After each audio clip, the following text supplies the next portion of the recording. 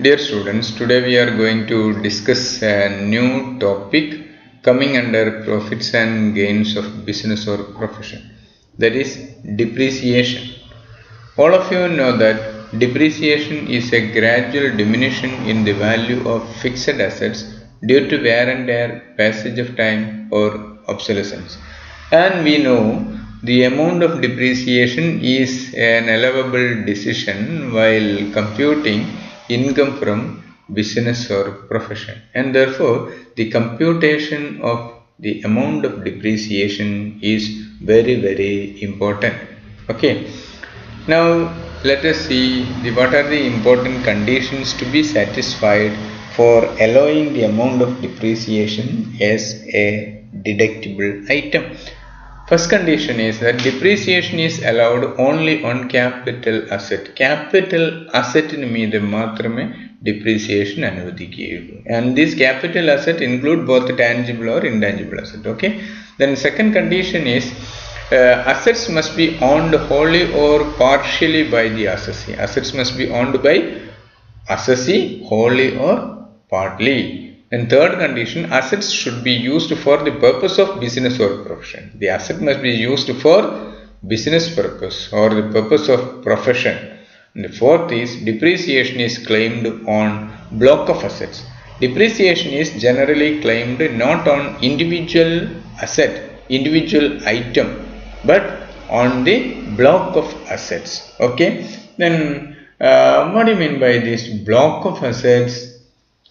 Block of assets means a group of assets falling within a class of assets in respect of which the same percentage of depreciation has been prescribed.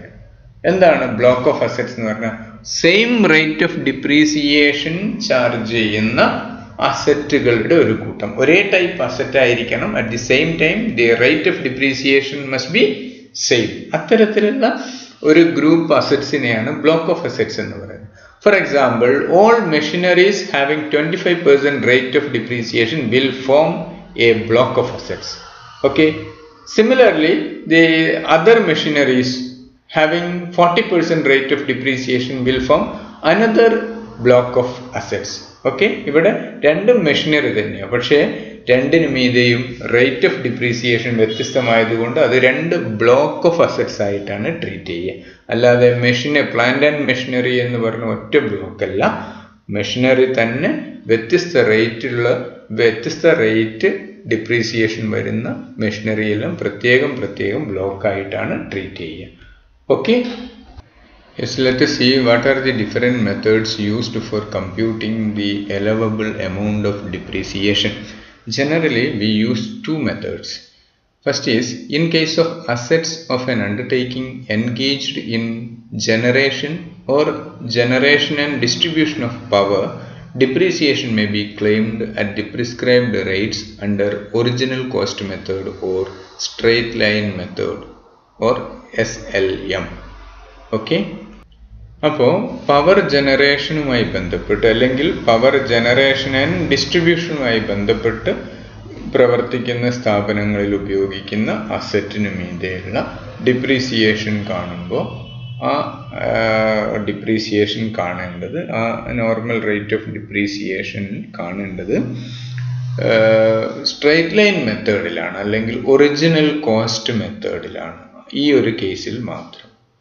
And in any other case on any block of assets at the prescribed rates on the WDV of such block of assets. മറ്റേതൊരു കേസിലും ആ block of അസറ്റ്സിൻ്റെ WDVയുടെ മീതെയാണ് prescribed റേറ്റിൽ amount of depreciation കണ്ടുപിടിക്കേണ്ടത്. ഇവിടെ മാത്രം, അതായത് power generation അല്ലെങ്കിൽ power generation and ഡിസ്ട്രിബ്യൂഷനുമായി ബന്ധപ്പെട്ട് പ്രവർത്തിക്കുന്ന സ്ഥാപനങ്ങളുടെ അസറ്റ്സിന് മീതെ എന്താണ് സ്ട്രെയിറ്റ് ലൈൻ മെത്തേഡിലാണ്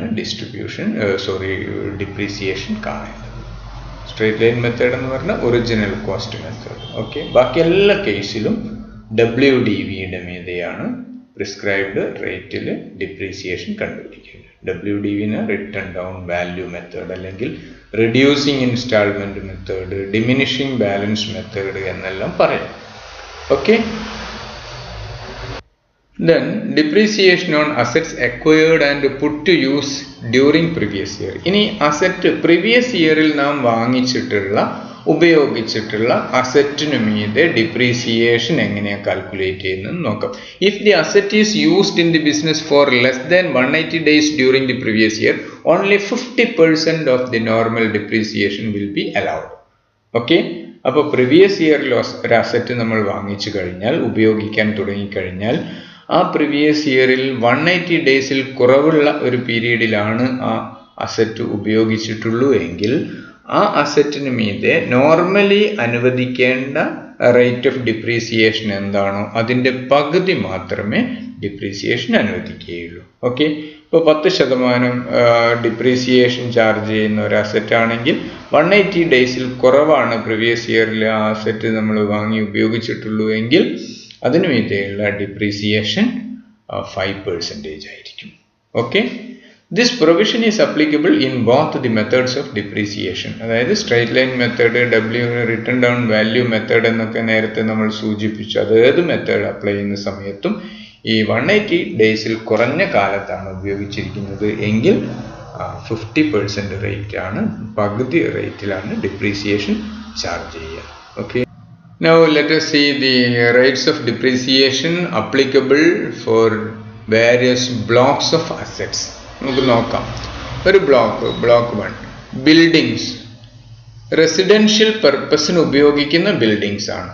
എന്നാൽ other than hotels, boarding houses etcetera, boarding houses, hotels ഇത് കൂടാതെ അത് ഒഴികെയുള്ള റെസിഡൻഷ്യൽ പർപ്പസിന് ഉപയോഗിക്കുന്ന ബിൽഡിങ്ങിന് 5% ആണ് റേറ്റ് ഓഫ് ഡിപ്രീസിയേഷൻ വരുന്നത്. ഓക്കെ, മറ്റൊരു ബ്ലോക്ക് ബിൽഡിങ്സ് നോൺ റെസിഡൻഷ്യൽ പർപ്പസിന് ഉപയോഗിക്കുന്ന ബിൽഡിംഗ്, അത് മറ്റൊരു ബ്ലോക്കാണ്. കാരണം അത് വേറെ ഒരു റേറ്റ് ഓഫ് ഡിപ്രീസിയേഷൻ ആണ്. ഓഫീസ്, ഫാക്ടറി, ഗോഡൗൺ, ഹോട്ടൽ എന്നിങ്ങനെയുള്ള അതിന് 10% റേറ്റ് ഓഫ് ഡിപ്രീസിയേഷൻ ആണ്. മറ്റൊരു ബ്ലോക്ക് അതും ബിൽഡിങ്ങുമായി ബന്ധപ്പെട്ട് തന്നെ വേറെ റേറ്റ് ഓഫ് ഡിപ്രീസിയേഷൻ ആണ്, 40% ആണ്. അത് ഏതൊക്കെയാണ്? Buildings acquired after 31st August 2002 for installing plant and machinery for water supply.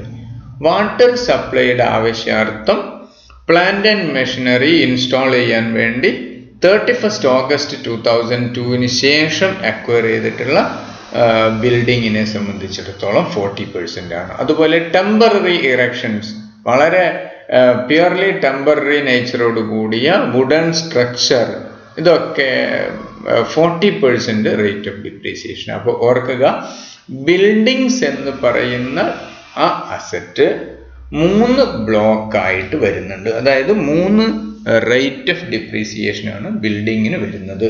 ഒന്ന് 5%, മറ്റൊന്ന് 10%, മറ്റൊന്ന് 40%. അതുകൊണ്ട് അവയെല്ലാം പ്രത്യേകം ബ്ലോക്ക് ആയിട്ടാണ് ട്രീറ്റ് ചെയ്യുന്നത്. ഒന്നാമത്തെ ബിൽഡിംഗ് റെസിഡൻഷ്യൽ പർപ്പസിനുള്ള എന്തായിരുന്നു? 5%, നോൺ റെസിഡൻഷ്യലിന് 10%.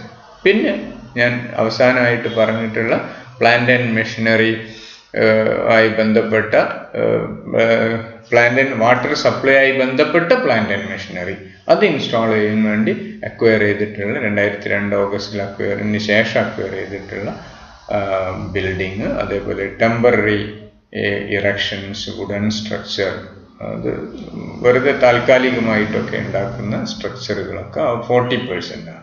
ഓക്കെ, അപ്പോൾ 5%, 10%, 40%. റെഡി. മറ്റൊരു ബ്ലോക്ക് നമുക്ക് നോക്കാം. Furniture and fittings including electrical fittings.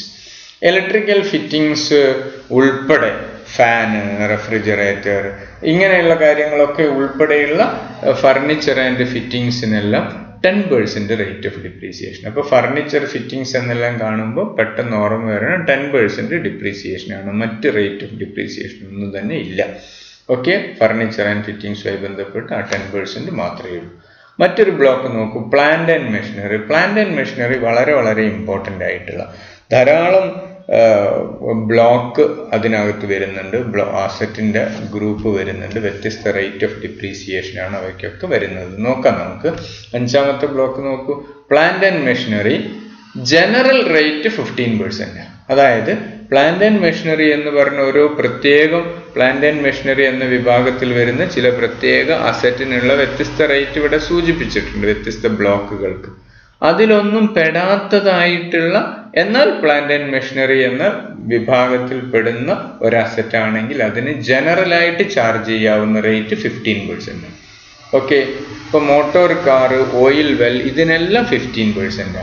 ഇനി താഴോട്ട് പറയുന്ന ഉദാഹരണം ബ്ലോക്ക് 6 നോക്കൂ. Plant and machinery, ocean going ships, കടലിൽ പോകുന്ന ഷിപ്പുകൾ, vessels and speed boats operating in inland waters, ഇതിലൊക്കെ 20% ആണ്. അതും പ്ലാന്റ് ആൻഡ് മെഷീനറിയിൽ തന്നെയാണ് വരിക. 20% ആണ് റേറ്റ് ഓഫ് ഡിപ്രീസിയേഷൻ വരുന്നത്.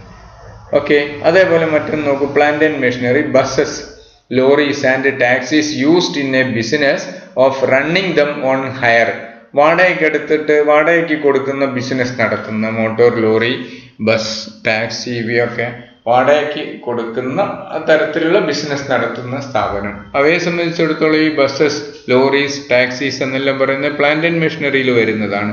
അവയുടെ ഡിപ്രീസിയേഷൻ റേറ്റ് 30% ആണ്. ഓക്കെ, അപ്പൊ ഇവിടെ ഞാൻ രണ്ടെണ്ണം 20%ഉം 30%ഉം പറഞ്ഞല്ലോ. അപ്പൊ ഇങ്ങനെ സ്പെസിഫിക് ആയിട്ട് പ്ലാന്റ് ആൻഡ് മെഷീനറിക്ക് ഇത്രയാ റേറ്റ് എന്ന് പറയാത്ത തരത്തിലുള്ള പ്ലാന്റ് ആൻഡ് മെഷീനറിക്കൊക്കെ ജനറലി എത്രയാ റേറ്റ് ഓഫ് ഡിപ്രീസിയേഷൻ? 15%. അതായത് ഇവിടെ ജനറൽ റേറ്റ് 15% എന്ന് പറഞ്ഞിരിക്കും. മോട്ടോർ കാറിനും ഓയിൽ വെല്ലിനും ഒക്കെ 15% തന്നെയാണ്. ഓക്കെ, ഇനി നമുക്ക് പ്ലാന്റ് ആൻഡ് മെഷീനറിയിൽ തന്നെ വരുന്ന മറ്റൊരു block 8 plant and machinery, aeroplane, aero engine, അതേപോലെ energy saving devices, renewable energy devices, solar panel, ഇങ്ങനെയുള്ള കാര്യങ്ങൾക്കൊക്കെ 40% rate of depreciation. Computer including software 40% ആണ്. Air or water pollution control devices, solid waste control devices, solid waste recycling devices, machines used for environment protection, ഇതിനൊക്കെ 40%. Life saving medical equipments, books for professional purposes, ഇതെല്ലാം 40%. അപ്പോൾ ഇതൊക്കെ 40% rate of depreciation വരുന്നത്. ഇതും ഓർക്കുക, plant and machinery എന്ന വിഭാഗത്തിൽ പെടുന്ന ഐറ്റംസ് ആണ് ഇതെന്ന് ഓർക്കുക. Books for professional purposes, life saving medical equipments, air or water pollution control devices, waste management, solid waste recycling, machines used for എൻവയോൺമെന്റൽ protection, energy saving devices, renewable energy devices, aeroplane, aero engine, ഇതെല്ലാം 40% ആണെന്ന് ഓർക്കുക. Okay, മറ്റൊരു block നമുക്ക് നോക്കാം. അപ്പോൾ ഇതൊക്കെ ഇവിടെ പ്ലാന്റ് ആൻഡ് മെഷീനറിയിൽ വരുന്ന ചില പ്രത്യേകമായിട്ട് പറഞ്ഞിട്ടുള്ള ആ റേറ്റ് ഓഫ് ഡിപ്രീസിയേഷൻ ഉണ്ടല്ലോ. അതായത് ഇവിടെ 40% പറഞ്ഞു, 30% വരുന്നു, 20% വരുന്നു. ഇതൊന്നും അല്ലാത്ത പ്ലാന്റ് ആൻഡ് മെഷീനറിക്ക് ജനറലായിട്ട് 15%. അപ്പോൾ പ്ലാന്റ് ആൻഡ് മെഷീനറിയായി ബന്ധപ്പെട്ട് ഓർത്തിരിക്കേണ്ട 15%, 20%, 30%, 40%, 4 റേറ്റ് ഓഫ് ഇൻട്രസ്റ്റ്. മറ്റൊരു പ്രധാന ബ്ലോക്കും കൂടെ നിങ്ങൾ അറിഞ്ഞിരിക്കണം, ഇൻടാഞ്ചിബിൾ അസറ്റ്സുമായി ബന്ധപ്പെട്ട. ഇൻടാഞ്ചിബിൾ അസറ്റ്സ് അതായത് know how, patent, copyright, trade mark, licences, okay, ഇതൊക്കെ 25% റേറ്റ് ഓഫ് ഡിപ്രീസിയേഷൻ ആണ് വരുന്നത്.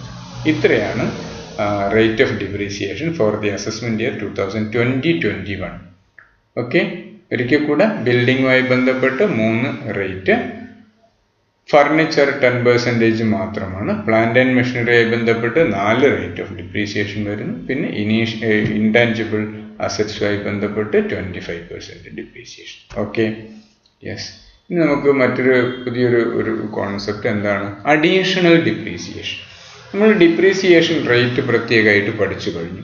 ഇനി in case of any new machinery or plant excluding ship or aircraft acquired and installed after 31st March 2005 by an assessee who is engaged in the business of manufacture or production of any article or thing, generation, distribution or transmission of power, additional depreciation of 20% of actual cost shall be allowed. എന്താ പറഞ്ഞിരിക്കുന്നത്? 31st March 2005 ശേഷം ഒരു business സ്ഥാപനം plant and machinery പുതുതായിട്ട് വാങ്ങിയെന്ന് വിചാരിക്കുക. അങ്ങനെ പുതുതായിട്ട് വാങ്ങിയിട്ടുള്ള പ്ലാന്റ് ആൻഡ് മെഷീനറിക്ക്, ന്യൂ മെഷീനറി, പ്ലാന്റ്, ഇതിനൊക്കെ അഡീഷണൽ ആയിട്ടുള്ള, ഞാൻ നേരത്തെ പറഞ്ഞിട്ടുള്ള ഡിപ്രീസിയേഷൻ ഉണ്ടല്ലോ, പ്രത്യേക മെഷീനറിക്ക് പ്രത്യേകം സ്പെസിഫിക് ആയിട്ടുള്ള റേറ്റ് ഉണ്ട്. അതല്ലാതെ ജനറൽ റേറ്റ് 15% ആയിരുന്നു.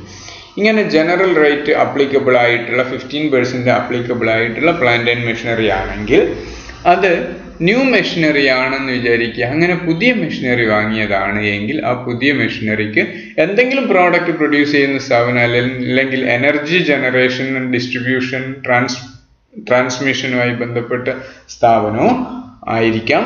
അവ പുതിയൊരു മെഷീനറി വാങ്ങിയിട്ടുണ്ടെങ്കിൽ അവയ്ക്ക് എന്ത് ചെയ്യാം? അഡീഷണൽ ഡിപ്രീസിയേഷൻ ക്ലെയിം ചെയ്യാവുന്നതാണ്. ഈ അഡീഷണൽ ഡിപ്രീസിയേഷൻ ഒരു ഫിക്സ്ഡ് റേറ്റ് ആണ്. 20% ഓഫ് ആക്ച്വൽ കോസ്റ്റ് ആണ് അഡീഷണൽ ഡിപ്രീസിയേഷന് അനുവദിക്കുക. നമ്മൾ സാധാരണ പറഞ്ഞു ഡിപ്രീസിയേഷൻ അനുവദിക്കുന്നത് ഒരു നിശ്ചിത റേറ്റ് ഓഫ് ഡിപ്രീസിയേഷൻ ഉണ്ട്. അത് കൂടാതെ ആ നോർമൽ റേറ്റ് ഓഫ് ഡിപ്രീസിയേഷൻ കൂടാതെ അഡീഷണൽ ഡിപ്രീസിയേഷൻ കൂടെ ക്ലെയിം ചെയ്യാം. ആ additional depreciation 20% of the original cost, actual cost ആയിരിക്കും. ഓക്കെ, ക്ലിയർ ആയല്ലോ? If the asset is used for less than 180 days, the rate of additional depreciation will be 10%. നേരത്തെ നമ്മൾ കണ്ടു കഴിഞ്ഞു. ഒരു പുതിയ അസറ്റ് വാങ്ങിക്കുന്ന സമയത്ത് പ്രീവിയസ് ഇയറിൽ വാങ്ങിച്ചു കഴിഞ്ഞാൽ അത് 180 ഡേയ്സിൽ കുറഞ്ഞ കാലയളവിലെ ഉപയോഗിച്ചിട്ടുള്ളൂ എങ്കിൽ നമുക്ക് എന്ത് ചെയ്യാം? 50% നോർമൽ റേറ്റിന് 50% ഡിപ്രീസിയേഷൻ ക്ലെയിം ചെയ്യാൻ പറ്റുകയുള്ളൂ എന്ന് പറഞ്ഞു. അതുപോലെ തന്നെ ഈ പുതുതായി വാങ്ങിച്ചിട്ടുള്ള പ്ലാന്റ് ആൻഡ് മെഷീനറി അത് 180 ഡേയ്സിൽ കുറഞ്ഞ കാലയളവിലെ പ്രീവിയസ് ഇയറിൽ നമുക്ക് ഉപയോഗിക്കാൻ പറ്റിയിട്ടുള്ളൂ എങ്കിൽ ഇവിടെ അഡീഷണൽ ഡിപ്രീസിയേഷൻ പ്രൊവൈഡ് ചെയ്യുന്ന 20% അഡീഷണൽ ഡിപ്രീസിയേഷൻ്റെ 50% ആയ 10% അനുവദിക്കുകയുള്ളൂ. ബാക്കി വരുന്ന ഒരു 10% സക്സീഡിങ് ഇയറിൽ അനുവദിക്കും. തുടർന്ന് വരുന്ന വർഷം കൂടെ 10% അനുവദിക്കും. ഓക്കെ, അഡീഷണൽ ഡിപ്രീസിയേഷനുമായി ബന്ധപ്പെട്ട് ആ കാര്യമാണ് ശ്രദ്ധിക്കേണ്ടത്. റെഡി? ഇനി ഞാൻ സൂചിപ്പിച്ചു ഇവിടെ റിട്ടൺ ഡൗൺ വാല്യൂവിന് മീതെയാണ് നമ്മൾ ഡിപ്രീസിയേഷൻ റിട്ടൺ ഡൗൺ വാല്യൂ മെത്തേഡിലാണ് ഡിപ്രീസിയേഷൻ ചാർജ് ചെയ്യുക. ഒരു പ്രത്യേക കേസിൽ മാത്രം നിങ്ങൾ മനസ്സിലാക്കി സ്ട്രെയിറ്റ് ലൈൻ മെത്തേഡ് SLM എന്ന മെത്തേഡിലൂടെ ഡിപ്രീസിയേഷൻ കണക്കാക്കും. ഏതാണ് എന്ന് നിങ്ങൾ പ്രത്യേകം ഓർക്കുന്നുണ്ടാവും. എന്തായിരുന്നു? Energy distribution, power generation and ഡിസ്ട്രിബ്യൂഷനുമായി ബന്ധപ്പെട്ട സ്ഥാപനങ്ങൾ അവർ വാങ്ങുന്ന മെഷീനറിയുടെ മേലെ ഡിപ്രീസിയേഷൻ, അസറ്റിന് മീതെ ഡിപ്രീസിയേഷൻ എത്രയായിരിക്കും? എങ്ങനെയായിരിക്കും?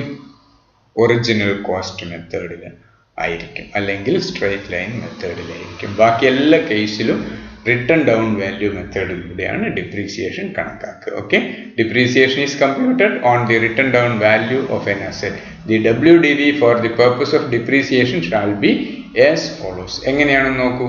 Asset acquired during the previous ഇയറിൽ അക്വയർ ചെയ്തിട്ടുള്ള അസറ്റ് ആണെന്ന് വിചാരിക്കുക.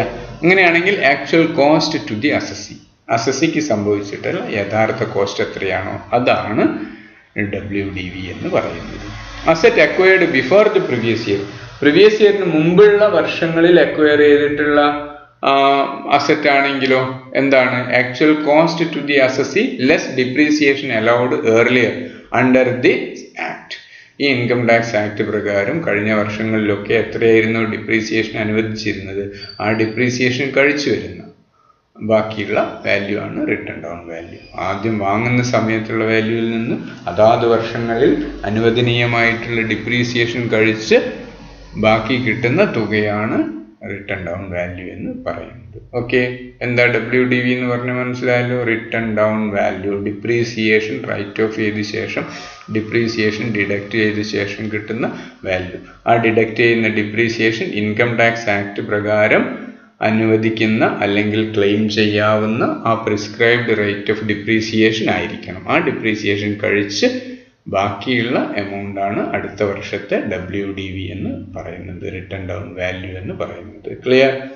ഇനി നമുക്ക് എങ്ങനെയാണ് ഈ ഡിപ്രീസിയേഷൻ കമ്പ്യൂട്ട് ചെയ്യുന്ന പ്രൊസീജിയർ എങ്ങനെയാണെന്ന് നോക്കാം.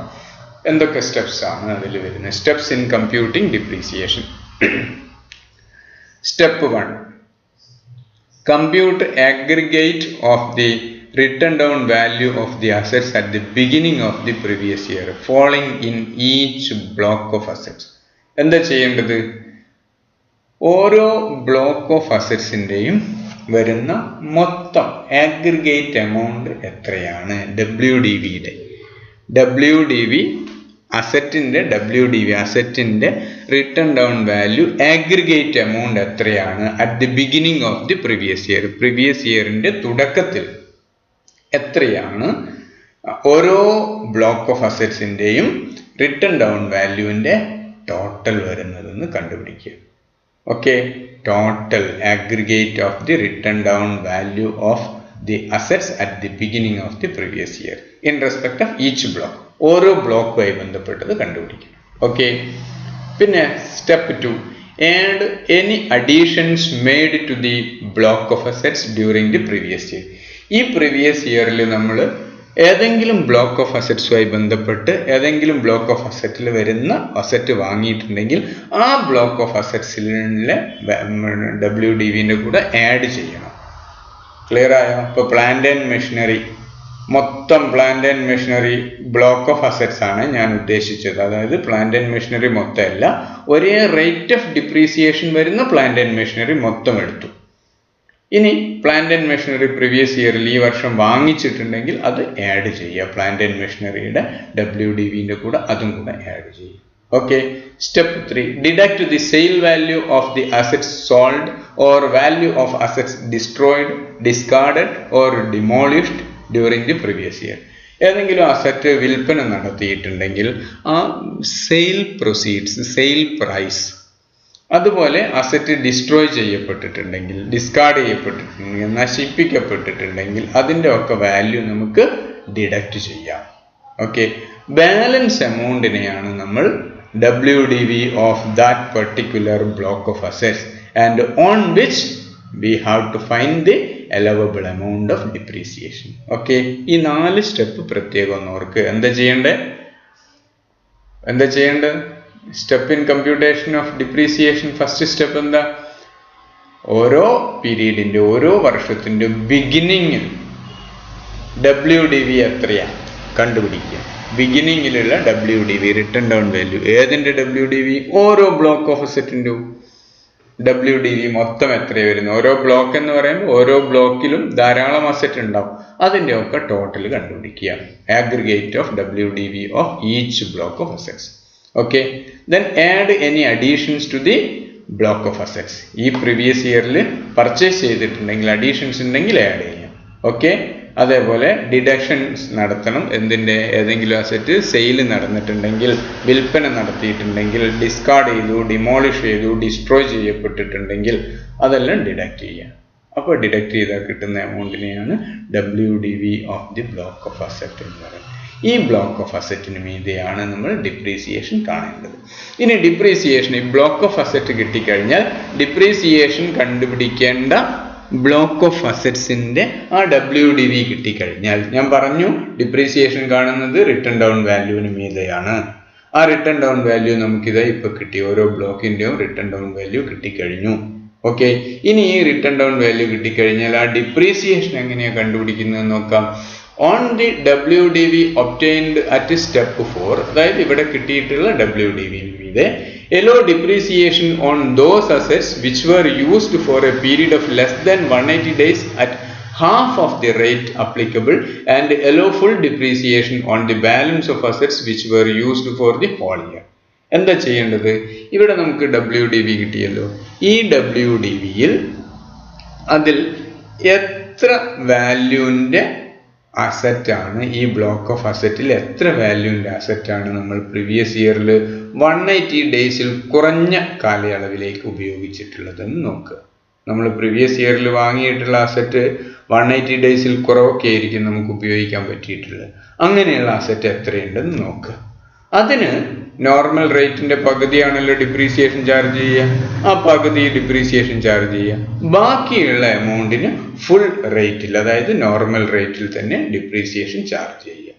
ഓക്കെ, അതാണ് ആ ഡിപ്രീസിയേഷൻ കണ്ടുപിടിക്കാനുള്ള മെത്തേഡ്. ക്ലിയർ? ഇനി മറ്റൊരു കാര്യം ശ്രദ്ധിക്കുക. If the entire assets in the block are sold and the sale price is less than the WDV, the difference is treated as short term capital loss. എന്താ പറഞ്ഞിരിക്കുന്നത്? ഇവിടെ നമ്മൾ WDV കണ്ടുപിടിച്ചു.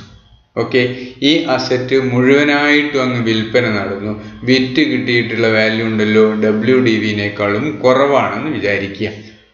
ബുക്ക് വാല്യൂ പ്രകാരം റിട്ടേൺ ഡൗൺ വാല്യൂവിനേക്കാളും കുറഞ്ഞ എമൗണ്ടാണ് നമുക്ക് കിട്ടിയിട്ടുള്ള sale price. അങ്ങനെയാണെങ്കിൽ നമുക്ക് നഷ്ടമാണല്ലോ. ബുക്ക് പ്രകാരമുള്ള വാല്യൂവിനേക്കാളും കുറഞ്ഞ വാല്യൂവിനാണ് വിറ്റിരിക്കുന്നത്, നഷ്ടമാണ്. ആ ഡിഫറൻസ് നഷ്ടമായിട്ടുള്ള amount short term capital loss ആയിട്ടാണ് ട്രീറ്റ് ചെയ്യുക. ക്യാപിറ്റൽ ഗെയിൻ എന്ന ഹെഡിലേക്ക് മാറും. Okay, on the other hand any excess price received over WDV plus addition during the year it is short term. നേരെ തിരിച്ചാണെങ്കിലോ, അതായത് WDVനേക്കാളും കൂടിയ വാല്യൂവിനാണ് വിൽപ്പന നടത്തിയിരിക്കുന്നതെങ്കിൽ നമുക്ക് ഷോർട്ട് ടേം ക്യാപിറ്റൽ ഗെയിൻ ആണ്. And the same is taxable under the head capital gain.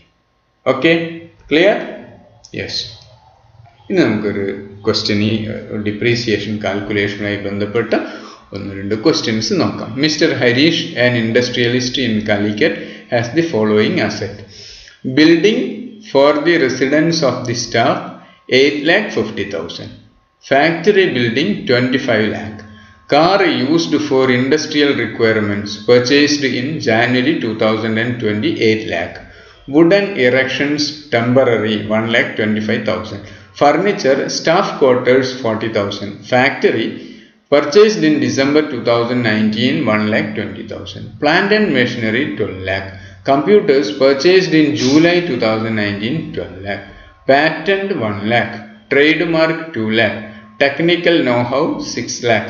You are required to compute the depreciation allowance for the year 2019-20. Depreciation allowance കണ്ടുപിടിക്കുക, അതായത് allowable amount of depreciation കണ്ടുപിടിക്കാനാണ് പറഞ്ഞിരിക്കുന്നത് 2019-20, അതായത് assessment year 2021. Okay, ഇത്രയും അസറ്റാണ് തന്നിരിക്കുന്നത്. വിവിധ അസറ്റുകളുടെ rate of depreciation ഒക്കെ നമ്മൾ പഠിച്ചു കഴിഞ്ഞു, നമ്മുടെ ഓർമ്മയിലുണ്ട്. ഓക്കെ, ഇവിടെ നമുക്ക് സാധാരണയായിട്ട് ചെയ്യുക, നമ്മളിപ്പോൾ കണ്ടു കഴിഞ്ഞു 5% റേറ്റ് ഓഫ് ഡിപ്രീസിയേഷൻ വരുന്നുണ്ട്, 10% വരുന്നുണ്ട്, 15% വരുന്നുണ്ട്, അങ്ങനെ പല റേറ്റ് ഓഫ് ഡിപ്രീസിയേഷനാണ് വരുന്നത്. 30, 40 എന്നൊക്കെ പറഞ്ഞ് പല റേറ്റ് ഓഫ് നമ്മൾ ചെയ്യുന്ന സമയത്ത് പലപ്പോഴും അങ്ങനെ നിർബന്ധമൊന്നുമില്ല. ആദ്യം 5% റേറ്റ് എടുക്കുന്നു, പിന്നീട് 10% റേറ്റ് ഓഫ് ഡിപ്രീസിയേഷൻ വരുന്ന ബ്ലോക്ക് എടുക്കുന്നു. അങ്ങനെ ചെയ്യാറുണ്ട്.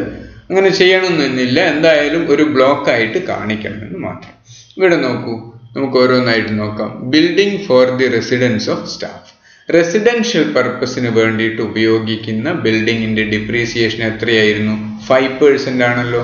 നോക്കൂ, ബ്ലോക്ക് 1 എന്ന് building, residential building of staff ആണ്, 5% ആണ്. WDV എന്ന് പറയുന്ന ഈ 8,50,000 ആണ്, അതിൻ്റെ 5% ആണ്, 42,500 ആണ് ഡിപ്രീസിയേഷൻ. Okay, yes. ഇനി നോക്കാം ഫാക്ടറി ബിൽഡിംഗ് എന്ന് കാണാം. ഫാക്ടറി ബിൽഡിങ്ങിന് എത്രയായിരുന്നു ഡിപ്രീസിയേഷൻ? നമ്മൾ പഠിച്ചിട്ടുണ്ടായിരുന്നു. നോൺ റെസിഡൻഷ്യൽ പർപ്പസിന് ഉപയോഗിക്കുന്ന ബിൽഡിങ്, ഓഫീസ്, ഫാക്ടറി ഇതെല്ലാം വരുന്നുണ്ടായിരുന്നു, ഹോട്ടൽ. ഓക്കെ, അപ്പോൾ ഇവിടെ ഫാക്ടറി 25 lakh ആണ്. ആ 25 lakhന് ഡിപ്രീസിയേഷൻ 10% ആണ്. നോക്കൂ, 25 lakh 10% 2,50,000. ഓക്കെ, മറ്റൊരു ഐറ്റം നോക്കൂ. Car used for industrial requirements purchased in January 2020 8 lakhs. Car എന്ന് പറഞ്ഞു കഴിഞ്ഞാൽ പ്ലാന്റ് ആൻഡ് മെഷീനറിയിലാണെന്ന് അറിയാം നിങ്ങൾക്ക്. അപ്പോൾ ഓർമ്മ വരണം, ക്വസ്റ്റ്യൻ താഴെ ഇവിടെ ഒരു പ്ലാന്റ് ആൻഡ് മെഷീനറി കാണുന്നുണ്ട്. ഓക്കെ, പ്ലാന്റ് ആൻഡ് മെഷീനറിയുടെ ജനറൽ റേറ്റ് 15% ആണ്, കാറിൻ്റെയും 15% ആണ്. ശരിയാണല്ലോ. അപ്പോൾ ഇത് രണ്ടും ഒരു ബ്ലോക്ക് ഓഫ് അസറ്റ്സ് ആണ്. നമുക്ക് നോക്കാം, ഇവിടെ നോക്കൂ, ഇല്ല, ബ്ലോക്ക് 4 എന്ന് പറഞ്ഞു കൊടുക്കുന്നു. മെഷീനറി, കാറ് രണ്ടും 15%. പിന്നെ എന്താ, കാറിൻ്റെ ഒരു പ്രത്യേകതയുണ്ട്. പർച്ചേസ്ഡ് ഇൻ ജാനുവരി 2020 എന്ന് പറഞ്ഞാൽ ജാനുവരി 2020 വാങ്ങിയ ജാനുവരി, ഫെബ്രുവരി, മാർച്ച് മാക്സിമം നമുക്ക് 3 മാസമേ പ്രീവിയസ് ഇയറിൽ ഉപയോഗിക്കാൻ പറ്റിയിട്ടുള്ളൂ. ജനുവരി 1 തന്നെ വാങ്ങിയിട്ടുണ്ടെങ്കിൽ 3 മാസം, മാക്സിമം 90 days. ഇപ്പോൾ 180 daysൽ കുറവാണെങ്കിൽ നോർമൽ റേറ്റ് ഓഫ് ഡിപ്രീസിയേഷനായ 15%ന്റെ പകുതി 7.5% ഡിപ്രീസിയേഷന് ചാർജ് ചെയ്യാൻ പറ്റുകയുള്ളൂ. അതുകൊണ്ടാണ് ഈ മോട്ടോർ കാറിന്, ഇവിടെ കാറിന് 8 ലക്ഷത്തിന് 15% ചാർജ് ചെയ്യില്ല, 7%. പക്ഷെ ഇത് 15%ന്റെ ആ ബ്ലോക്കിനകത്ത് വരുന്നതാണ്. ആ പീരീഡ് ഈ 180 ഡേയ്സിൽ കുറഞ്ഞത് കൊണ്ടാണ് 7.5 ആക്കിയത്. അപ്പോൾ ഒരേ ബ്ലോക്ക് തന്നെയാണ്. ഓക്കെ, അപ്പം നോക്കൂ, മെഷീനറി ഇവിടെ plant and machinery 12 lakh, 12 lakhന് 15%, 12 lakh 15% എന്ന് പറയാം 1,80,000. കാറിന് 8 lakhsന്, കാർ 8 lakhs അല്ല, 8 lakh, 8 lakhsന് 7.5%, 60,000 വരും. ഓക്കെ, ആ 1,80,000 60, അതാണ് ബ്ലോക്ക് 4 എന്ന് പറഞ്ഞ പ്ലാന്റ് ആൻഡ് മെഷീനറിയുടെ എമൗണ്ട് ഓഫ് ഡിപ്രീസിയേഷൻ, ഈ രണ്ട് എമൗണ്ട്. Okay, yes. ഇനി നോക്കൂ, അപ്പോൾ നമ്മൾ ബിൽഡിംഗ് കഴിഞ്ഞു, ഫാക്ടറി, കാർ കഴിഞ്ഞു. വുഡൻ ഇറക്ഷൻ ടെമ്പററി, ഇതെന്തായിരുന്നു? ഇങ്ങനെ ടെമ്പററി ഇറക്ഷൻസ് ഒക്കെ നമ്മൾ ഡിപ്രീസിയേഷൻ എത്രയാണ് ചാർജ് ചെയ്തിരുന്നു? ഓർക്കുന്നുണ്ടോ? 40% ഡിപ്രീസിയേഷൻ ആയിരുന്നു ചാർജ് ചെയ്തിരുന്നത്, ശരിയല്ലേ? 40% ഡിപ്രീസിയേഷൻ. അത് നോക്കൂ, ഇതാ block 7 wooden structure rate 40%. Okay, 1,25,000 ആണ്. 40% 50,000. ഓക്കെ, അതാണ് ഇവിടെ ഈ ഓർഡറിൽ എന്താ ഇവിടെ മാറിയതെന്ന് ചോദിച്ചു കഴിഞ്ഞാൽ, ഇവിടെ നമ്മൾ 5%, 10%, 15%, 25%, 40% ആ റേറ്റ് ഓഫ് ഡിപ്രീസിയേഷൻ്റെ ഓർഡറിൽ അറേഞ്ച് ചെയ്തു എന്ന് മാത്രം. നിങ്ങൾ അങ്ങനെ ചെയ്യണമെന്നില്ല. 5% കഴിഞ്ഞ് ആ ബ്ലോക്കിലുള്ള മുഴുവൻ ഐറ്റവും ഉണ്ടാവണമെന്ന് മാത്രം. ഓക്കെ, അപ്പോൾ അടുത്ത് നോക്കൂ, ഫർണിച്ചർ. ഫർണിച്ചർ എത്രയാ? സ്റ്റാഫ് ക്വാർട്ടേഴ്സിലേക്ക് ഫർണിച്ചർ വാങ്ങിയ 40,000, ഫർണിച്ചർ ഉള്ളത് 40,000. ഫാക്ടറിയായി ബന്ധപ്പെട്ട ഫർണിച്ചർ അത് ഡിസംബർ 2019 പർച്ചേസ് ചെയ്ത. അപ്പോൾ ഫർണിച്ചറിന് 10% ഡിപ്രീസിയേഷൻ ആണെന്ന് അറിയാം. സ്റ്റാഫ് ക്വാർട്ടേഴ്സ് WDV 40,000 ആണ് ഫർണിച്ചറിൻ്റെ. അപ്പോൾ അതിൻ്റെ 10% എത്ര വരും? 4,000 വരും, ശരിയല്ലേ? 4,000 വരും. പിന്നീട് ഇവിടെയുള്ള ഫാക്ടറി അതിൽ ഡിസംബറിൽ പർച്ചേസ് ചെയ്തുകൊണ്ട് 4 മാസമേ ഉള്ളൂ, 180 ഡേയ്സിൽ കുറവാണ് ഉപയോഗിച്ചിരിക്കുന്നത്. അപ്പോൾ അതിന് 5% വരികയുള്ളൂ. 10%ൻ്റെ പകുതി 5% വരികയുള്ളൂ, ശരിയാണല്ലോ? നോക്കൂ, ഫർണിച്ചർ ബ്ലോക്ക് 3 ഫർണിച്ചർ റേറ്റ് 10% ആണ്. 40,000-ന് 10%ഉം 1,20,000-ക്ക് 5%. അപ്പോൾ മൊത്തം 1,60,000 ഉണ്ട്. അപ്പോൾ 40-ക്ക് 10% എന്ന് പറയുമ്പോൾ 4,000-ഉം ഇതിൻ്റെ 10% എന്ന് പറഞ്ഞാൽ 12,000. സോറി, 40-യുടെ 10% 4,000-ഉം 1,20,000-യുടെ 5% 6,000-ഉം. 6ഉം 4ഉം 10,000 ആണ് ഡിപ്രീസിയേഷൻ. ഓക്കെ, അപ്പോൾ car, wooden erection, furniture, plant and machine. Computer purchased in July ആണ്. കമ്പ്യൂട്ടേഴ്സ് ഇൻക്ലൂഡിങ് കമ്പ്യൂട്ടർ സോഫ്റ്റ്വെയർ എത്രയായിരുന്നു? 40% ആയിരുന്നു ഡിപ്രീസിയേഷൻ. 12 lakh ആണ്. ജൂലൈയിൽ വാങ്ങിയിട്ടുണ്ട്. അതുകൊണ്ട് ജൂലൈ മുതൽ മാർച്ച് 31, 2020 വരെ ആകുമ്പോൾ 180 ഡേയ്സിൽ കൂടുതലുണ്ട്. അതുകൊണ്ട് നോർമൽ റേറ്റ് ആയ 40% ഡിപ്രീസിയേഷൻ ചാർജ് ചെയ്യാം, ക്ലെയിം ചെയ്യാം. കമ്പ്യൂട്ടർ നോക്കും, കമ്പ്യൂട്ടർ റേറ്റ് 40% ആണ്. 12 lakhന് 40%, 4,80,000 ഡിപ്രീസിയേഷൻ. ഓക്കെ, ഇനി വരുന്ന ഐറ്റംസ് എന്താ? Patent, trade mark, technical know-how. ഈ 3 എണ്ണത്തിനൊരു പ്രത്യേകതയുണ്ട്. എന്താണ്? ഇതെല്ലാം ഇൻടാഞ്ചിബിൾ അസറ്റ് ആണ്. ഈ ഇൻടാഞ്ചിബിൾ അസറ്റ് എല്ലാം ഒറ്റ ബ്ലോക്കാണ്. അതിനെത്രയാണ് റേറ്റ് ഓഫ് ഡിപ്രീസിയേഷൻ? 25% ആയിരുന്നു. അപ്പോൾ 6ഉം 2, 8, 9 ലക്ഷം വരുന്നുണ്ട്. അതെവിടെ? പാറ്റന്റ്, ട്രേഡ് മാർക്ക് 9 lakhs വരുന്നു. അതിൻ്റെ 25% 2,25,000. ഇതെല്ലാം ടോട്ടൽ ചെയ്ത് കഴിഞ്ഞാൽ 12,97,500 ആണ് ടോട്ടൽ ഡിപ്രീസിയേഷൻ അലവൻസ്, അല്ലെങ്കിൽ അലവബിൾ എമൗണ്ട് ഓഫ് ഡിപ്രീസിയേഷൻ 12,97,500 ആണ്. ക്ലിയർ? ഓക്കെ, നമുക്ക് മറ്റൊരു ക്വസ്റ്റ്യനിലേക്ക് പോവാം. Calculate depreciation allowable for the year 2019-20 from the following information. 1. WDV of the assets on 1st April 2019. Office building 2 lakh, factory building 5 lakh, residential building for employees 6 lakh, machinery 8 lakh, furniture 1,50,000, computer 1,20,000, car 4 lakh.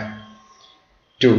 A new office building was constructed in June 2019 at a cost of rupees 3 lakh. 3. Two more computers were purchased in February 2020 for rupees 70,000, while an old computer was sold for rupees 20,000. 4th one, furniture of rupees 25,000 were sold in June 2019, and some new furniture were purchased on the same day for rupees 40,000.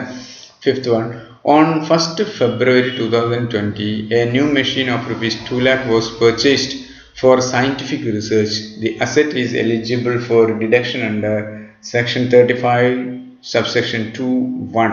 Okay, this is the question, and you are asked to compute the depreciation allowable for the year 2019-20. Okay, അപ്പോൾ നമ്മളിവിടെ depreciation കാണുന്ന സമയത്ത് depreciation കാണേണ്ട procedure മനസ്സിലായല്ലോ. എന്തായിരുന്നു, നമ്മൾ എങ്ങനെയാണ് മനസ്സിലാക്കിയത്? തുടക്കത്തിൽ പ്രീവിയസ് ഇയറിൻ്റെ തുടക്കത്തിലുള്ള WDV ഓരോ ബ്ലോക്കിൻ്റെയും എത്രയാണെന്ന് എടുക്കണം. പ്രീവിയസ് ഇയറിൽ പർച്ചേസ് ചെയ്തിട്ടുള്ളത് ആഡ് ചെയ്യണം ആ ബ്ലോക്കിൻ്റെ കൂടെ. പ്രീവിയസ് ഇയറിൽ സെയിൽ നടത്തിയിട്ടുള്ളത് അല്ലെങ്കിൽ ഡിസ്ട്രോയ് ചെയ്യപ്പെട്ടിട്ടുള്ളത് ലെസ് ചെയ്യണം. ലെസ് ചെയ്ത് കഴിഞ്ഞാൽ കിട്ടുന്നതാണ് റിട്ടേൺ ഡൗൺ വാല്യൂ എന്ന് പറയുന്ന ആ ബ്ലോക്കിൻ്റെ. ആ റിട്ടേൺ ഡൗൺ വാല്യൂവിൽ നിന്ന് എത്രത്തോളം അസറ്റ് നമുക്ക് 180 ഡേയ്സിൽ കുറഞ്ഞ പീരീഡിൽ ഉപയോഗിക്കാൻ പറ്റി, 180 ഡേയ്സിൽ കുറഞ്ഞ പീരീഡിലേക്ക് മാത്രം ഉപയോഗിക്കപ്പെട്ടിട്ടുള്ളത്, അതിന് ഹാഫ് റേറ്റിൽ, സ്റ്റാൻഡേർഡ് നോർമൽ റേറ്റിൻ്റെ ഹാഫ് റേറ്റിൽ ഡിപ്രീസിയേഷൻ കാണുക, ബാക്കിയുള്ളതിന് ഫുൾ റേറ്റിൽ ഡിപ്രീസിയേഷൻ കാണുക. ഇതായിരുന്നു റൂള്. ഓക്കെ, നമുക്ക് നോക്കാം. ഓഫീസ് ബിൽഡിംഗ് എന്ന് പറഞ്ഞ് 2 lakh കാണുന്നുണ്ട്. ഓഫീസ് ബിൽഡിങ്ങിൻ്റെ ഡിപ്രീസിയേഷൻ എന്ന് പറയുമ്പോൾ നോൺ റെസിഡൻഷ്യൽ പർപ്പസിന് ഉപയോഗിക്കുന്നതാണ് 2 lakh. അതിൻ്റെ റേറ്റ് ഓഫ് ഡിപ്രീസിയേഷൻ എത്രയായിരുന്നു? 10% ആയിരുന്നു. ശരിയല്ലേ? ഇവിടെ ഫാക്ടറി ബിൽഡിങ്ങും നോൺ റെസിഡൻഷ്യൽ പർപ്പസിന് ഉപയോഗിക്കുന്നത് തന്നെയാണ് 5 lakh. ഇതിനും എത്രയാണ് റേറ്റ് ഓഫ് ഡിപ്രീസിയേഷൻ? 10% തന്നെ. ഈ 2 ലക്ഷത്തിനും 5 ലക്ഷത്തിനും രണ്ടും ബിൽഡിംഗ് ആണ്, മാത്രമല്ല രണ്ടിനും 10% ആണ്. അപ്പോൾ ഇത് രണ്ടും ഒരു ബ്ലോക്ക് ഓഫ് അസറ്റ്സ് ആണ്. ശരിയാണല്ലോ? മറ്റേതെങ്കിലും ഈ ബ്ലോക്കിൽ വരുന്ന റേറ്റും ഒരേ ബിൽഡിംഗ് ആയിട്ടുള്ള മറ്റേതെങ്കിലും സെയിം റേറ്റ് വരുന്നുണ്ടോ? റെസിഡൻഷ്യൽ ബിൽഡിംഗ് ആണ് ഇത്. ഈ റെസിഡൻഷ്യൽ ബിൽഡിങ്ങിന് 5% ആണ്. ഇത് മെഷീനറിയാണ്, ഫർണിച്ചർ, കമ്പ്യൂട്ടർ, കാർ എന്ന് പറയുന്ന പ്ലാന്റ് ആൻഡ് മെഷീനറിയിൽ വരുന്നതാണ്. ഓക്കെ, അപ്പോൾ ഇത് രണ്ടും ഒരു ബ്ലോക്കാണ്, 2 lakhും 5 lakhും. ഇനി ഈ 2 lakhും 5 lakhും വരുന്ന ഈ ബ്ലോക്ക് ഓഫ് അസറ്റ്സിൽ വല്ല അഡീഷൻസോ അല്ലെങ്കിൽ സെയിലോ നടന്നിട്ടുണ്ടോ നോക്കൂ. A new office building was constructed in June 2019 at a cost of rupees 3 lakh. ശരിയല്ലേ? വേറെ എന്തെങ്കിലും വിൽപ്പന നടന്നിട്ടുണ്ടോ? ഇല്ല. ബിൽഡിങ്ങിൻ്റെ കാര്യം മറ്റൊന്നും ഇവിടെ പറയുന്നില്ല. അപ്പോൾ 2 ലക്ഷവും 5 ലക്ഷവും 7 ലക്ഷം 3 ലക്ഷം പർച്ചേസ് ചെയ്തു, 10 ലക്ഷം. അപ്പോൾ ഇവിടെ ബിൽഡിംഗ്, നോൺ റെസിഡൻഷ്യൽ പർപ്പസിനുള്ള ബിൽഡിംഗ് മൊത്തം 10 lakh വരും. 2 + 5 + 3. ശരിയാണല്ലോ? ഇനി ഈ 3 lakh എന്ന് പറയുന്ന ഈ അസറ്റ് ജൂൺ 2019 പർച്ചേസ് ചെയ്തിരിക്കുന്നത് എന്ന് പറഞ്ഞാൽ 31 മാർച്ച് 2020 വരെ നോക്കുമ്പോൾ 180 ഡേയ്സിൽ കൂടുതലുണ്ട്. അതുകൊണ്ട് തന്നെ നമുക്ക് ഫുൾ റേറ്റ്, ആ നോർമൽ റേറ്റ് ഫുള്ളായിട്ട് നമുക്ക് ഡിപ്രീസിയേഷൻ ക്ലെയിം ചെയ്യാം. നോക്കൂ നമുക്ക് അങ്ങനെയാണോ. ബ്ലോക്ക് ഇവിടെ ഞാൻ 5% ആണ് ഇവിടെ ആദ്യം കൊടുത്തിരിക്കുന്നത്. നമുക്ക് ഇവിടെ നോക്കാം. Block 2 building rate 10%, factory building 5 lakh, office building 2 lakh, addition to office building 3 lakh, 10 lakh. അതിൻ്റെ 10% 1 lakh. ശരിയാണല്ലോ? ഓക്കെ. ദെൻ ഇവിടെ residential building for employees 6 lakh ആണ്. റെസിഡൻഷ്യൽ ബിൽഡിങ്ങിൽ എന്തെങ്കിലും അഡീഷൻസോ അല്ലെങ്കിൽ സെയിലോ നടന്നിട്ടുണ്ടോ? ബിൽഡിങ്ങിൻ്റെ കാര്യമൊന്നും പറയുന്നില്ല. Residential building for employees 6 lakh, അതൊരു പ്രത്യേക ബ്ലോക്കാണ്. ആ 6 lakhന് 5% ആണ് ഡിപ്രീസിയേഷൻ വരുന്നത്. നോക്കൂ, 6 lakhന് 5% 30,000 ആണ് ഡിപ്രീസിയേഷൻ വരുന്നത്. ശരിയാണല്ലോ? യെസ്. നമുക്ക് അടുത്ത് നോക്കാം. പിന്നെ മെഷീനറി 8 lakh വരുന്നുണ്ട് ഇവിടെ.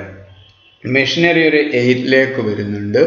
പിന്നീട് കാറ് 4 lakh വരുന്നുണ്ട്. പിന്നെ ഇവിടെ ന്യൂ മെഷീൻസ് എന്ന് പറഞ്ഞ് ഈ ന്യൂ മെഷീൻസിൻ്റെ നോക്കൂ. 1st February 2020 a new machine of rupees 2 lakh was purchased for scientific research. Scientific റിസർച്ചിന് വേണ്ടിയിട്ടാണ് ഈ 2 lakhൻ്റെ മെഷീൻ വാങ്ങിയിരിക്കുന്നത്. The asset is eligible for deduction under section 35 subsection 2(1) പ്രകാരം ഡിഡക്ഷന് എലിജിബിൾ ആണ്. ഈ അസറ്റ്. അപ്പോൾ 100% ഡിഡക്ഷൻ എലിജിബിൾ ആണ് സയൻറ്റിഫിക് റിസർച്ചിന്. അങ്ങനെ 100% ഡിഡക്ഷൻ കിട്ടുന്നതിന് പിന്നീട് ഒരു ഡിപ്രീസിയേഷൻ കൊടുക്കാൻ പറ്റില്ലല്ലോ. അതുകൊണ്ട് ഇത് നമുക്ക് പൂർണ്ണമായിട്ടും ഇഗ്നോർ ചെയ്യാം, പരിഗണിക്കേണ്ടതേ ഇല്ല. ഓക്കെ, അപ്പോൾ നോക്കൂ മെഷീനറിയുടെ കേസിൽ എങ്ങനെയാണ് വരുന്നത് നോക്കൂ. മെഷീനറി 8 lakhും 4 lakhും. ഓക്കെ, 12 lakh ആണ് വരുന്നത്, ശരിയല്ലേ? 8 lakhും 4 lakhും. നോക്കൂ 8 lakh കാറ് 4 lakh. അപ്പോൾ മെഷീനറിയുടെ പ്ലാന്റ് ആൻഡ് മെഷീനറിയുടെ കാറിൻ്റെത് നമ്മൾ പറഞ്ഞു രണ്ടും ഇതിൻ്റെ എത്ര ശതമാനമായിരുന്നു? 15% ഡിപ്രീസിയേഷൻ. 1,20,000. 4 lakhൻ്റെത് 15% 60,000. ഓക്കെ, രണ്ടും ഇവിടെ ഒന്നിച്ചെഴുതിയാൽ മതി. 12 lakh, 8 lakh plus 4 lakh, 12 lakh ആണ് return down value. Return down value WDV വരുന്നത്. ആ 12 lakhൻ്റെ 15% ആണ് റേറ്റ് ഓഫ് ഡിപ്രീസിയേഷൻ. 12 lakhൻ്റെ 15% എന്ന് പറയുന്ന നേരം 1,80,000. Okay, yes. ഇനി നോക്കൂ അടുത്തായിട്ട് എന്താണ്? Furniture machine. ഫർണിച്ചർ 1,50,000 ആണ്. ഫർണിച്ചറിൻ്റെ പർച്ചേസ് ഉണ്ടല്ലോ അല്ലേ? Furniture ₹25,000 were sold in June 2019 and some new furniture were purchased on the same day of ₹40,000. അപ്പോൾ ജൂണിലാണ് ഫർണിച്ചർ വിൽക്കുന്നത്, ജൂണിൽ തന്നെ 40,000 പർച്ചേസ് ഉണ്ട്. അപ്പോൾ furniture 1,50,000 plus additions 40,000, 1,90,000 minus sale 25,000. അങ്ങനെയാണ് വരിക ഫർണിച്ചർ. നോക്കൂ furniture 1,50,000 plus addition 40,000, 1,90,000 minus 25, 1,65,000.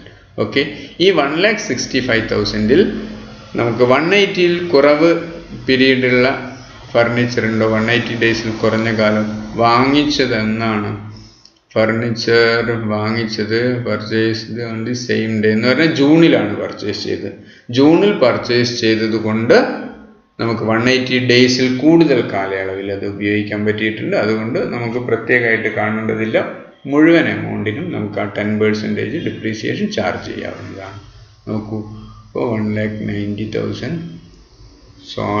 Sale 1,25,000, balance 1,65,000 ആണ്. അതിൻ്റെ 10% 16,500. ഡിപ്രീസിയേഷൻ റേറ്റ് ഫർണിച്ചറിൻ്റെ 10% ആണ്. അപ്പോൾ 16,500 വരുന്നു. ഓക്കെ, ഇനി അടുത്തായിട്ട് എന്താണ് നോക്കും. ഇപ്പോൾ ഫർണിച്ചർ കഴിഞ്ഞു. കമ്പ്യൂട്ടർ 1,20,000 ആണ്. Computer 2 more computers were purchased in February 2020 for ₹70,000 while an old computer was sold 20,000. അപ്പോൾ കമ്പ്യൂട്ടർ 1,20,000 പ്ലസ് 70,000 മൈനസ് 20 വരും. അപ്പോൾ 1,20,000 പ്ലസ് 70 1,90,000 മൈനസ് 20 1,70,000 തന്നെ വരും കമ്പ്യൂട്ടർ. നോക്കൂ 1,20,000 പ്ലസ് 70 1,90,000 മൈനസ് 1,70,000 വരും. ഈ 1,70,000 ആണ് റിട്ടേൺ ഡൗൺ വാല്യൂവിന് മീതെ ഡിപ്രീസിയേഷൻ കാണുമ്പോഴാണ് നമ്മൾ ശ്രദ്ധിക്കേണ്ടത്. നോക്കൂ ഇവിടെ കമ്പ്യൂട്ടർ എന്നായിരുന്നു പർച്ചേസ് ചെയ്തത്? കമ്പ്യൂട്ടർ പർച്ചേസ്ഡ് ഇൻ ഫെബ്രുവരി 2020 ആണ്. അപ്പോൾ ഫെബ്രുവരി 2020 പർച്ചേസ് ചെയ്തു എന്ന് പറഞ്ഞാൽ 2020 മാർച്ച് 31 ആകുമ്പോൾ 180 ഡേയ്സിൽ കുറവാണ്. അപ്പോൾ ഈ വാങ്ങിച്ചിട്ടുള്ള 70,000-ന്റെ കമ്പ്യൂട്ടർ 180-ൽ കുറഞ്ഞ ദിവസമേ നമുക്ക് ഉപയോഗിക്കാൻ പറ്റുന്നുള്ളൂ. അപ്പോൾ നോർമൽ റേറ്റ് ഓഫ് ഡിപ്രീസിയേഷനായ 40%-ന്റെ പകുതി 20% ഇതിന് ഡിപ്രീസിയേഷൻ കണക്കാക്കും. അപ്പോൾ ഈ 70,000-ന്റെ ഡിപ്രീസിയേഷൻ 40-ന്റെ പകുതി 20% ചാർജ്. 20% ചാർജ് ചെയ്യാന്ന് പറഞ്ഞാൽ 70,000-ന്റെ 20% 14,000 വരും. ഓക്കെ, അപ്പോൾ നോക്കൂ കമ്പ്യൂട്ടർ നോക്കൂ 1,70,000 ആയിരുന്നു. ഈ 1,70,000-ൽ 70,000-ന് ഇവിടെ നോട്ടായിട്ട് കൊടുത്തിരിക്കുന്നു. 70,000-ന് 20%, അതായത് 14,000.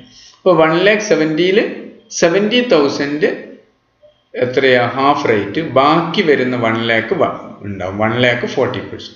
അപ്പോൾ 1,00,000-ന്റെ 40% 40,000-ഉം ഇവിടെ 70,000-ന്റെ 20% 14,000-ഉം. അപ്പോൾ 40,000 പ്ലസ് 14 54,000 അതാണ് ഇവിടെ. ഇനി ഇത് ടോട്ടൽ ചെയ്ത് കഴിഞ്ഞാൽ 3,80,500 ആണ് total amount of allowable depreciation for the assessment year 2020-21. Clear? Yes.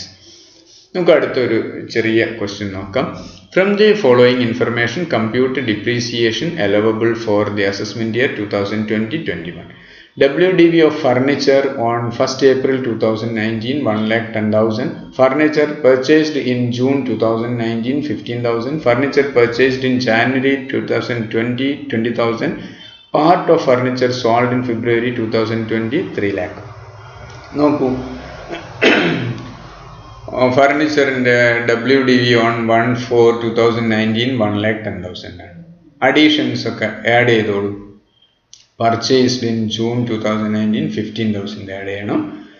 Furniture purchased in January 2020 20,000 add ചെയ്യണം. അപ്പോൾ 1,10 15 1,25 20 1,45 3,000 സെയിലുണ്ട്. അപ്പോൾ 1,42 1,42,000 ആണ് WDV വരുന്നത്. 1,42,000 നോക്കൂ, ടോട്ടൽ ചെയ്തു 1,42,000. ഇതാണ് WDV ഓഫ് ഫർണിച്ചർ. ഇതിന് മീതെയാണ് നമ്മൾ ഡിപ്രീസിയേഷൻ കാണേണ്ടത്.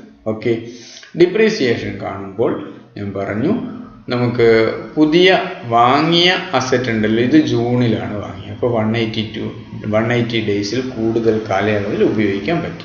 എന്നാൽ ഈ ഫർണിച്ചർ ഉണ്ടല്ലോ 20,000 വാങ്ങി ജനുവരി ഫെബ്രുവരി മാർച്ച് 180 ഡേയ്സിൽ കുറവാണ്. അപ്പോൾ ഹാഫ് റേറ്റിലാണ്, അതായത് 5% ആണ് ഡിപ്രീസിയേഷൻ ചാർജ് ചെയ്യും. അപ്പോൾ നമ്മുടെ നേരത്തെ കണ്ടുപിടിച്ച WDV 1,42,000-ൽ 20,000-ന് 5% തോതിൽ എത്ര വരും?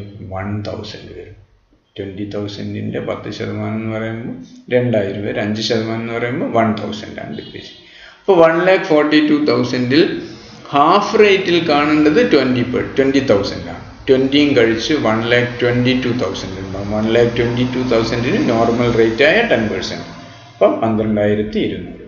12,200-ഉം 1,000 13,200 ടോട്ടൽ എമൗണ്ട് ഓഫ് ഡിപ്രീസിയേഷൻ വരുന്നത്. Okay, clear? യെസ്. നമുക്ക് അടുത്ത ഒരു ക്വസ്റ്റ്യനിലേക്ക് പോവാം. അടുത്ത ക്വസ്റ്റ്യൻ നോക്കൂ. Calculate the amount of depreciation on the assets of A mill. Factory building WDV on 1/4/2019 14 lakhs.